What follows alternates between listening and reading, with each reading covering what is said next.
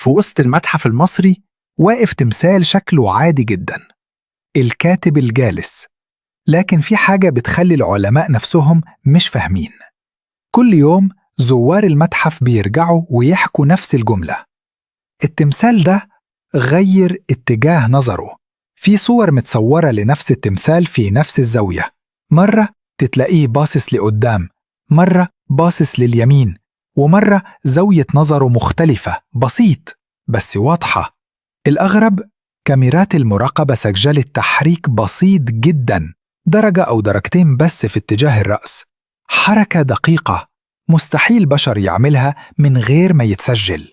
العلماء قالوا دي خدعة بصرية، طريقة نحت العيون دقيقة، لكن الزوار، المرشدين، وحتى موظفين في المتحف بيقولوا لأ، التمثال فعلاً بيغير نظره.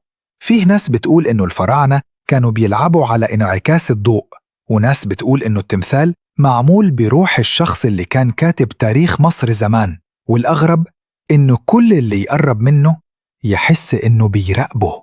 لو ده مجرد تمثال، ليه كل الناس متفقة إنه عايش؟